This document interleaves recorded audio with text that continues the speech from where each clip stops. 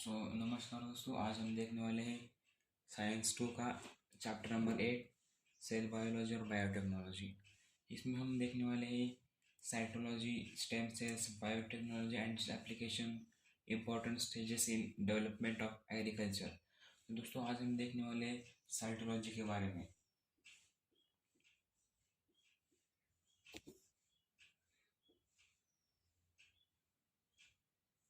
दोस्तों, साइटोलॉजी में हमें देखने को मिलता है कि study of cell structure, study of cell structure, type and organelles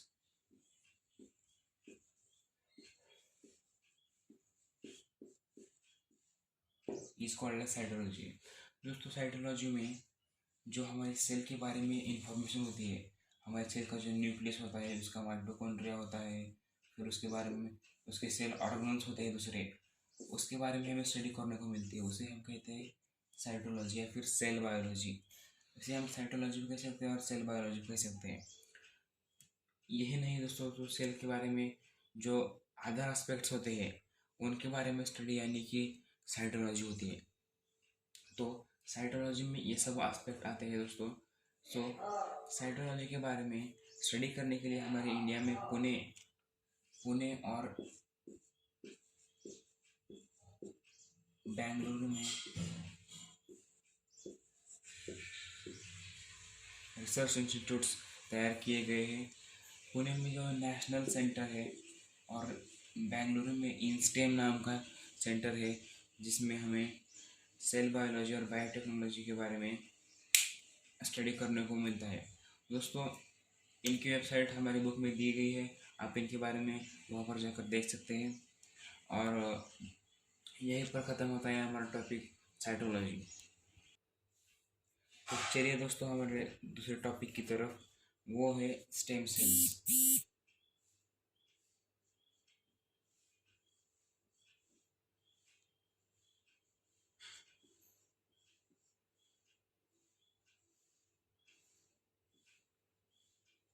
दोस्तों, स्टेम सेल्स क्या होते हैं? स्टेम सेल्स जो होते हैं वो जब हमारा जाइगोट तैयार होता है। जाइगोट कैसे तैयार होता है दोस्तों? जब मेल एंड फीमेल गैमेट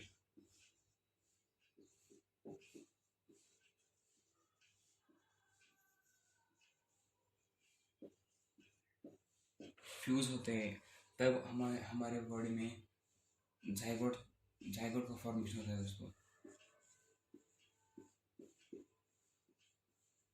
तो दोस्तों, male and female gamete fuse होने के बाद जाइगोट तैयार होता है।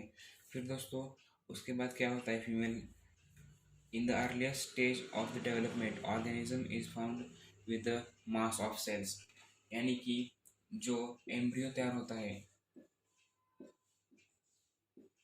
वो सिर्फ एक टाइप के सेल्स के मास से बना होता है। मास ऑफ सेल्स, सिर्फ एक ही टाइप के मास ऑफ सेल से वो बना होता है दोस्तों, एम्ब्रियो। दोस्तों, उसे ही हम कहते हैं कि वो स्टेम सेल्स है।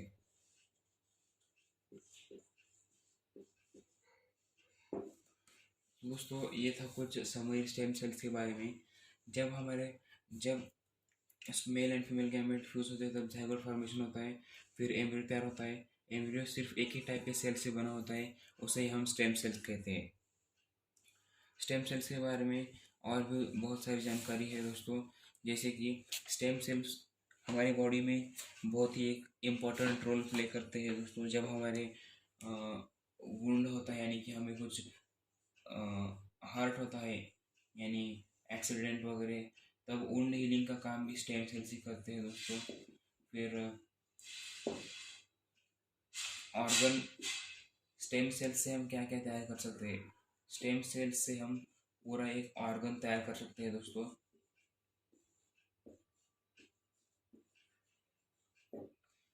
तो दोस्तों, स्टेम सेल्स क्या होते हैं, इसकी परफेक्ट डेफिनेशन हम अब देखेंगे।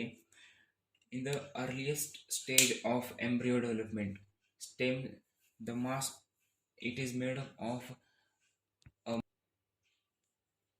at the earliest stage of development organism in the form of mass of cell, all the cells that are almost alike। तो दोस्तों उन्हें हम कहते हैं स्टेम सेल्स, यानी कि पूरे स्टेम्स जो होते हैं, जो पूरे सेल्स होते हैं, वो पूरे एक ही टाइप से बने होते हैं, उसे ही हम स्टेम सेल्स कहते हैं। और उनका काम है वुंड हीलिंग करना है, फिर उनसे हम ऑर्गन तैयार कर सकते हैं। तो दोस्तों ये था उनका यूज। तो दोस्तों वो कहाँ से मिलते हैं हमें, जो स्टेम सेल्स होते हैं वो कहाँ कहाँ से मिलते हैं और वो कैसे मिलते हैं, वो हम देखेंगे अब। जो अम्बाइलिकल कॉर्ड होता है, जो फर्स्ट इज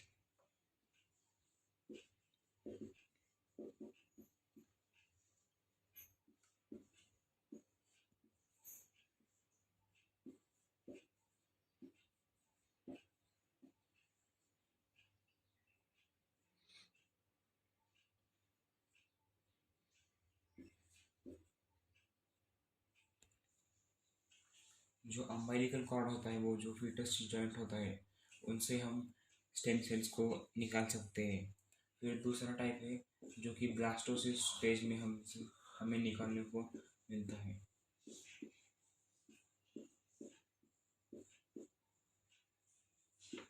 किसके स्टेज में, एम्ब्रायनिक डेवलपमेंट के।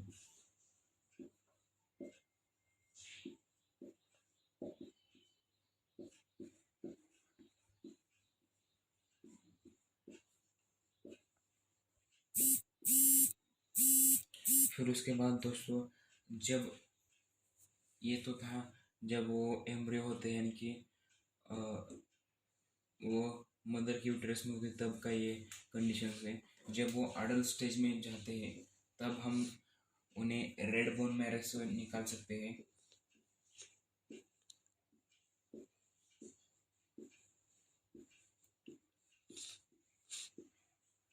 फिर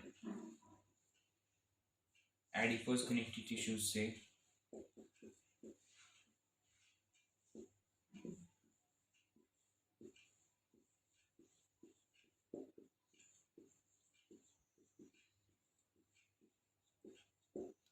तो जब स्टेम सेल की कोई भी ज़रूरत पड़ती है तो हम स्टेम सेल्स को यूज़ कर सकते हैं, पर उसके लिए हमें स्टेम सेल्स को पहले स्टोर करना पड़ता है। और वो स्टेम सेल्स हम अम्बाइलिकल कॉर्ड, ब्लास्टोसिस्ट स्टेज जो कि एम्ब्रियो डेवलपमेंट की होती है, फिर रेड बोन मैरो से निकाल सकते हैं अडल्ट के, फिर एडिपोज कनेक्टिव टिश्यू, ये अडल्ट के बारे में है दोस्तों। फिर अ, अब चलते हैं कि उस स्टेम सेल जो हम डिराइव करते हैं यानी फिर निकालते हैं, उन्हें हम कैसे स्टोर कर सकते हैं। तो दोस्तों उन्हें हम स्टोर करने के लिए हमें क्या लगता है, उन्हें हम पहले अगर हमने उन्हें निकाल दिया तो हमें उसे एक स्मॉल स्टराइल वायल्स में रखना पड़ता है।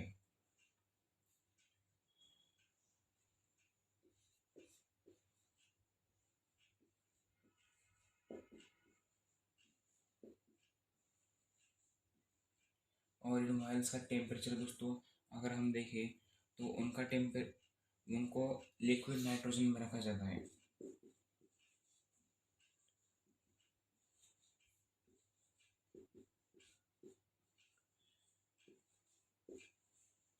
और वहाँ पर उसका टेम्परेचर रहना चाहिए -135 से -135 degree Celsius to -190 degree Celsius. तो दोस्तों उसका टेम्परेचर -135 से -190 रहना चाहिए, जिसमें कि हम पूरे जो हमारे स्टेम सेल्स होते हैं उन्हें हम स्टोर कर सकते हैं। तो हमें पहले उन्हें निकाल लेना पड़ता है अम्बाइलिकल कॉर्ड या फिर रेड बोन मैरो से। उसके बाद हम उन्हें यहाँ पर लिक्विड नाइट्रोजन में 135 डिग्री सेल्सियस पर हम उन्हें रख सकते हैं दोस्तों। तो दोस्तों इसी तरह हम इसे स्टोर कर सकते हैं। तो चलिए बढ़ते हैं हमारे अगले टाइप स्टेम सेल्स रिसर्च के बारे में। तो अब चलते हैं स्टेम सेल्स के टाइप के बारे में। स्टेम सेल्स के बेसिकली टू टाइप्स है सिर्फ। तो उनमें से पहला टाइप है एम्ब्रियोनिक स्टेम सेल्स।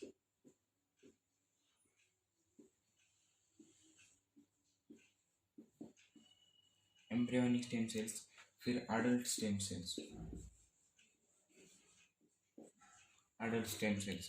तो दोस्तों हमें इन दोनों टाइप को स्टडी करना है हमारे 10th स्टैंडर्ड में। एम्ब्रियोनिक स्टेम सेल्स, फिर अडल्ट स्टेम सेल्स।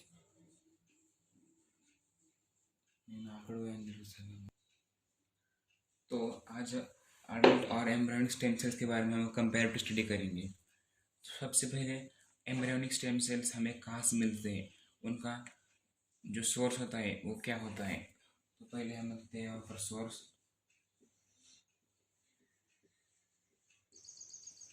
फिर दोस्तों एम्ब्रियोनिक जो स्टेम सेल्स होते हैं वो हमें कहाँ से मिलते हैं, हम वो इनके बारे में डिफरेंस करेंगे। अब एम्ब्रियोनिक स्टेम सेल्स का जो सोर्स होता है वो एम्ब्रियो होता है। फिर उसके बाद अडल्ट स्टेम सेल्स जो होते हैं, जो अडल्ट स्टेम सेल्स होते हैं दोस्तों, वो हमें कहाँ मिलते हैं। तो दोस्तों अडल्ट स्टेम सेल्स हमें रेड बोन मैरो,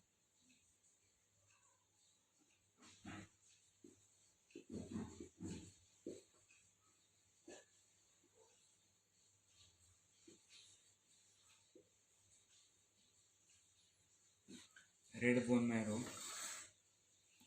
फिर उसके बाद एडिपोज कनेक्टिव टिश्यू,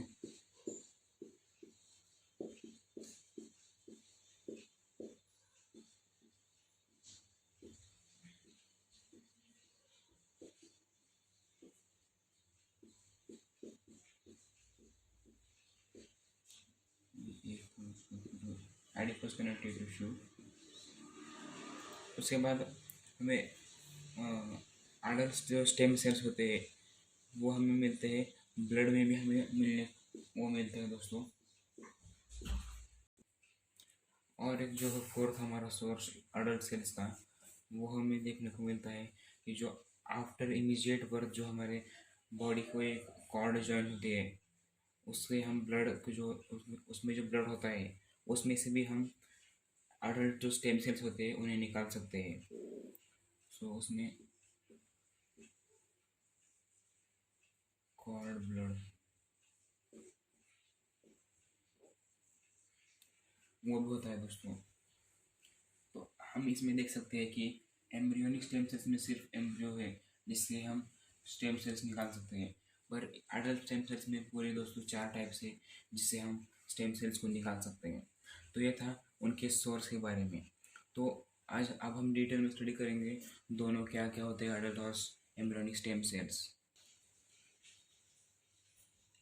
तो यहाँ पर हम देख सकते हैं cell differentiation starts from 14th day of conception, यानी कि जो सेल होते हैं वो माइटोटिक डिवीजन से खुद को मल्टीप्लाई करने लगते हैं, खुद को पार्ट्स में ब्रेक करने लगते हैं। फिर उसके बाद हमें क्या मिलता है, bone cells, liver cells and nerve cells are formed, यानी कि जब वो सेल्फ डिफरेंशिएट करते हैं अपने आप को, फिर उसके बाद हमें ये 3 टाइप्स ऑफ सेल्स देखने को मिलते हैं। तो अब हम ये इंपॉर्टेंट प्रॉपर्टी होती है जो स्टेम सेल्स की, उसे हम स्टडी करेंगे। उसे कहते हैं प्लूरोपोटेंसी।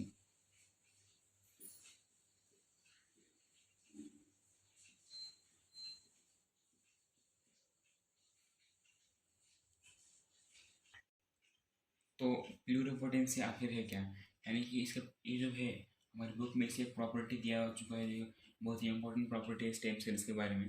तो दोस्तों प्लूरोपोटेंसी बेसिकली कुछ भी नहीं है। जो स्टेम सेल्स होते हैं वो प्राइमरी टाइप होते हैं, primary type of undifferentiated cells होते हैं। यानी क्या होता है,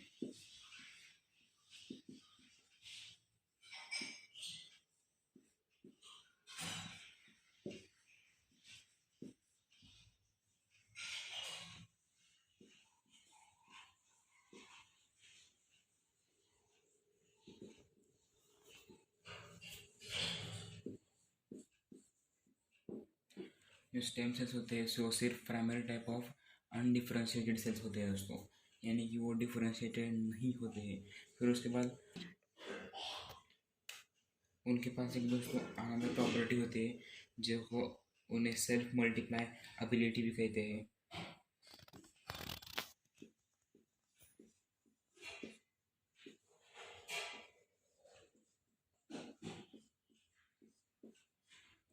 उन्हें सेल्फ मल्टीप्लाई करने की एबिलिटी भी होती है और उसे उन्हें पेरेंट सेल भी कहा जाता है of all types of human.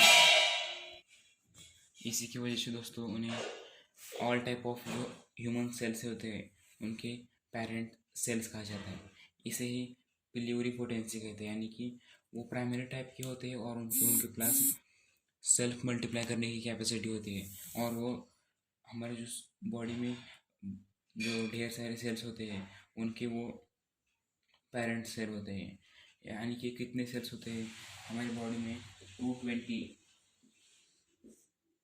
Different kinds of sales होते हैं और जो कि सिर्फ एक ही स्टेम सेल से बने होते हैं दोस्तों। यानी कि 220 टाइप्स ऑफ सेल्स सिर्फ एक ही स्टेम सेल से बने हुए थे। यानी कि स्टेम सेल्स जो होते हैं वो पेरेंट सेल्स होते हैं और उनके पास क्या होता है? सेल्फ मल्टीप्लाई कैपेसिटी होती है। तो दोस्तों इसे हम कहते हैं प्लूरिपोटेंसी। तो अब हम देखेंगे अडल्ट स्टेम सेल्स के बारे में। अडल्ट जो स्टेम सेल्स होते हैं वो 3 टाइप के होते हैं, यानी कि उनके जो सोर्सेस होते हैं वो 3 टाइप के होते हैं। हमने पहले इसके बारे में स्टडी किया है, रेड बोन मैरो,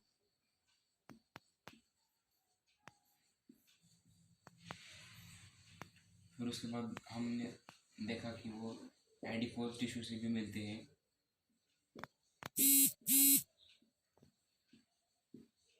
फिर उसके बाद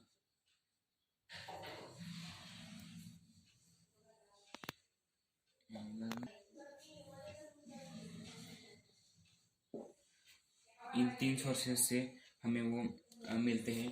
फिर हमने 4 टाइप भी देखा कि वो आफ्टर इमीजिएट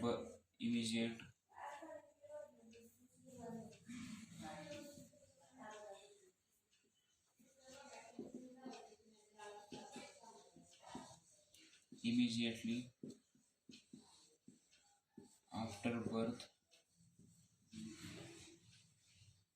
हम उन्हें जो ब्लड कॉर्ड होती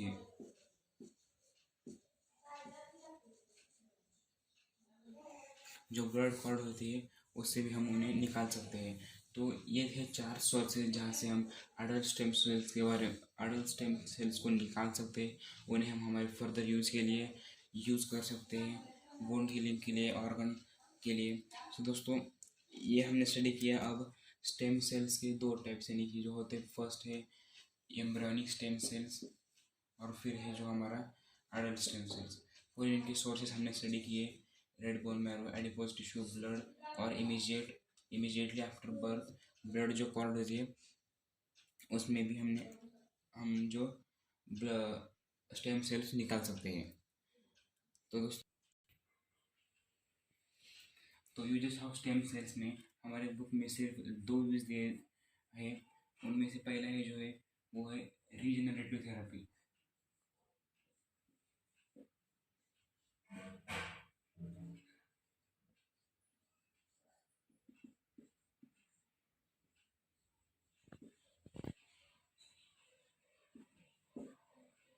रीजनरेटिव थेरेपी में पहले जो है वो है सेल थेरेपी।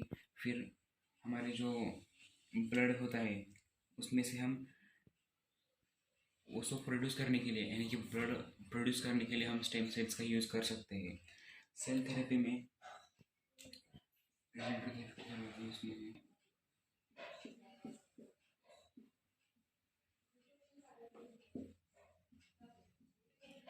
दोस्तों सेल थेरेपी में हम जो हमारे बॉडी के डेड सेल्स होते हैं उन्हें रिप्लेस करने के लिए हम स्टेम सेल्स को यूज़ करते हैं। यानी कि जब हमें कोई डिसीज़ होता है, यानी कि आप एग्जांपल के लिए आप ले सकते हैं डायबिटीज़, मायोडियल मायोकार्डियल डिसीजेस और उसके बाद अल्जाइमर डिसीज़ या फिर पार्किंसंस डिसीज़। अल्जाइमर डिसीज जो होता है दोस्तों वो हमारे लॉस्ट ऑफ मेमोरी, यानी कि मेमोरी लॉस होती है उसको होने के बाद फिर पार्किंसन जो डिसीज होता है उससे हमारा जो सेंट्रल नर्वस सिस्टम यानी कि जो हमारा पूरा सीएनएस होता है वो पूरी तरह से डैमेज हो जाता है। तो ऐसी हालात में हम जो हमारे स्टेम सेल्स होते हैं उन्हें यूज़ कर सकते हैं, उन्हें रिप्रोड्यूस कर यानी कि डेड सेल्स को रिप्लेस करने के लिए। तो सिर्फ यहाँ पर सेल थेरेपी के सिर्फ 4 डिसीज़ हैं, जो है डायबिटीज़,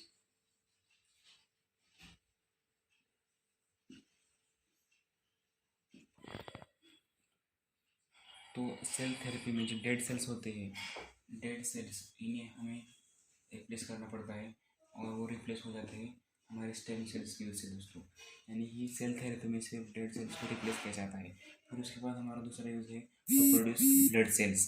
यानी कि अगर हमें कोई डिसीज़ यानी कि जो हार्मफुल डिसीज़ है जैसे कि एनीमिया या फिर ल्यूकेमिया जो ब्लड रिलेटेड है, यानी ल्यूकेमिया यानी कि ब्लड कैंसर, इसका दूसरा नाम है ब्लड कैंसर। फिर उसके बाद हमारा दूसरा यूज़ है ऑर्गन ट्रांसप्लांटेशन। जब ऑर्गन ट्रांसप्लांट करना पड़ता है तो उस ऑर्गन को with the help of stem cells we can produce that organ and we can transplant it in the body.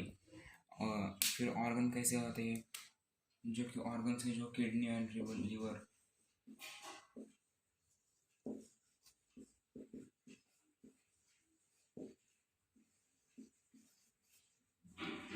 ये जो होते हैं ऐसे ऑर्गन्स को हम प्रोड्यूस कर सकते हैं with the help of stem cells and we can transplant it in our body. तो ये था स्टेम सेल्स के बारे में सब कुछ, यानी कि स्टेम सेल्स के टाइप, साइटोलॉजी, या फिर एम्ब्रियोनिक स्टेम सेल्स क्या होते हैं, अडल्ट स्टेम सेल्स क्या होते हैं, फिर उसके बाद उनके जो यूज़ है यानी कि रीजनरेटिव थेरेपी, फिर ऑर्गन ट्रांसप्लांटेशन। तो दोस्तों रुकते हैं इस वीडियो में ही, अगली हमारी। तो दोस्तों अगर वीडियो पसंद आए तो वीडियो को लाइक कर देना और चैनल को सब्सक्राइब करके बेल आइकन प्रेस कर देना। धन्यवाद।